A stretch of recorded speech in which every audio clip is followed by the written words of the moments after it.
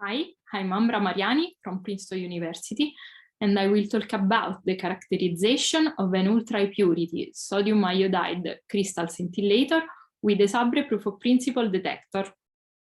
Sabre, which stands for sodium iodide with active background rejection, is an experiment based on thallium-doped sodium iodide scintillating crystals and focused on the achievement of an ultra-low background to search for galactic dark matter through the annual modulation effect and test in a model-independent way and with high sensitivity the long-standing DAMA result. Indeed, an annually modulated signal compatible with the dark matter hypothesis has been observed with very high statistical significance in the 26 keV and later in the 16 keV energy region by the DAMA Libre experiment, operating an array of 250 kg high-purity sodium iodide crystals at the Gran Sasso National Laboratory. Experiments using different target materials seems to exclude the interpretation of DAMA signal as due to spin-independent dark matter scattering of nuclei in the standard WIMP galactic halo hypothesis. On the other hand, currently running experiments using the same target, such as Anais and Cosine, have not yet reached the ultra-low background and sensitivity achieved by DAMA. This is the reason why a new high sensitivity and low background measurements with sodium iodide crystals is needed. A really unique feature of Sabre is the double location. Two detectors will be placed in both the northern and southern hemispheres. Sabre North at LNGS in Italy and Sabre South at the Stowell Underground Physics Laboratory, a new experimental site under construction into a gold mine in Australia. Thanks to the two hemispheres approach, it is possible to disentangle seasonal or site-related effects from the dark matter modulated signal, which is expected to have the same phase for both sites. Low background can be achieved through the development of high-purity sodium iodide crystals. Indeed, the main background is due to crystal internal contaminants, such as, for example, K40, which deposits energy exactly in the middle of the region of interest for dark matter search. Several years of research and development have led to the successful growth of two Sabre crystals, denoted as NAE31 and NAE33. Both were grown at RMD with ultra-pure astrograde sodium iodide powder and using the vertical Bridgman method. Samples from tip and tail were sent to Sistar Chemicals for ICP-MS measurements. From the K39 contamination, we estimated the natural potassium content in Sabre crystals, which was found to be 70.7 ppb for the NAE31 and 4.6 ppb for the NAE33. The former is at the same level of DAMA and Anais and Cosine best crystals, while the latter is the lowest level ever achieved in sodium iodide crystals. A first crystals characterization underground was performed in a passive shielding setup in Hall B at LNGS. Light yield and energy resolution, measured with an americium 231 source, are competitive with other sodium iodide-based experiments. Uranium and thorium contents are fully compatible with the Sabre target, which is less than 1 ppt. The alpha rate, instead, evaluated by using pulse shape discrimination techniques, is still higher than DAMA, but lower than Anais and Cosine crystals, and it is mostly due to a polonium-210 contamination out of equilibrium. The NAE33, which is the Sabre best performing crystal, will be the focus of this talk. To fully characterize Sabre crystals and evaluate the potassium contamination, we need the more sensitive Sabre proof of principle setup, equipped with the active Vito. It is located in Hall C at LNGS, and its goal is to assess the radiopurity of Sabre crystals and test the active Vito performance. In this phase, we operate one Sabre detector module at a time, which consists of an high-purity copper enclosure containing the crystal wrapped with PTFE reflector and directly coupled to two PMTs. The detector module, flushed with high-purity nitrogen gas to avoid moisture, is then placed inside a stainless steel vessel, containing about 2 tons of liquid scintillator and equipped with 10 PMTs. Finally, an external passive shielding made of lead, polyethylene, and water surrounds the whole setup to further reduce the environmental radiation. The Sabre POP was commissioned between May and July 2020 and took data until September 2020, before being stopped due to technical maintenance. Despite the short acquisition time, we obtained several important results. A coincidence analysis between crystal and Vito detector was performed to evaluate the potassium content in Sabre crystals. In order to identify the K40 signal, we require a crystal energy deposition within ±1 sigma C around the 3.2 keV peak, and a Vito energy deposition within ±2 sigma V around the 1461 keV gamma peak, where sigma C and sigma V are the energy resolution of crystal and Vito, respectively. The efficiency of the selection calculated by Monte Carlo was taken into account in the analysis. Here I show you the energy deposited in the liquid scintillator Vito versus the energy deposited in the crystal for both the NAE31 and the NAE33. The accumulation of events due to the electron capture decay of K40 is clearly visible in the signal band for the NAE31 crystal, due to its greater amount of potassium. Sidebands were used to subtract accidental coincidences.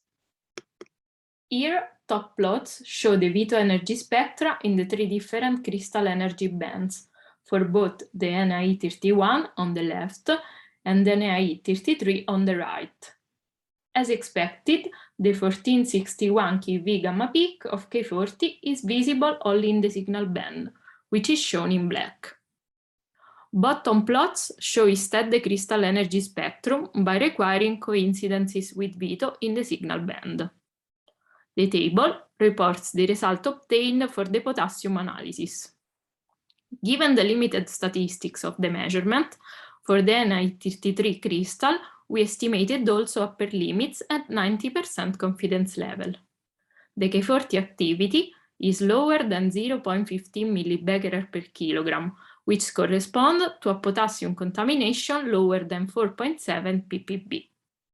This analysis has demonstrated that the POP setup is sensitive to a ppb level potassium contamination in the crystal, and, more importantly, that results from direct counting are in agreement with ICP-MS measurements from crystal samples. Let me now describe the low-energy analysis performed for the NAE33 crystal. Here, the black dashed line represents the raw data in a background run. 2 features are clearly visible in the energy spectrum: the lead to 10 peak at around 50 kV and the sharp increase below 6 kV due to noise events. Indeed, this increase is not visible in coincidences with Vito, shown in red, which are mainly physical events. In order to remove this noise and select scintillation events only, we use the pulse shape discrimination parameters listed here. These are the cut parameters distributions between 1 and 20 kb in a calibration run with a thorium-228 source, which was used to tune the event selection criteria. Red lines indicate the cut threshold, chosen conserving at least 95% of signal events in each case. The combined acceptance of all the cuts is shown as a function of the energy in the middle plot. Here I show you the NAE33 anti-coincidence spectrum up to 20 kV, before and after the cut-based selection. The efficiency correction is also applied. As you can see from this plot, an energy threshold of 1 kV has been achieved, and the average count rate in the 1,6 kV energy region of interest is 1.2 count per day per kilogram per kV. When compared with other sodium iodide-based experiments, The Ni33 is the best crystal ever produced after Dama Libra. The Sabre Monte Carlo code, based on GEAN4, was then used to simulate radioactive decays of the main background sources and build the background model of the Ni33 crystal. These plots show the best fit to the experimental spectrum up to 100 keV and zooming in the low energy region below 20 keV. This table reports the activities of the different background components in the Ni33 crystal determined from the spectral fit and the current rate in the region of interest. The dominant background contribution is from a lead-210 contamination in the PTFE reflector wrapped around the crystal, and the second one is from a lead-210 contamination in the crystal bulk. It is worthy to note that, although with this dataset our sensitivity is limited by statistics, the tritium activity in the Ni33 crystals seems to be about 1 order of magnitude lower than that measured in Anais and cosine crystals. Further improvements on crystals' radio purity are already under investigation. Since we have no evidence that impurities are introduced during the crystal growth, we are studying a method to improve the radio purity of the powder. A Zorefining system was developed in collaboration with the Mellen Company, and it is shown in the picture.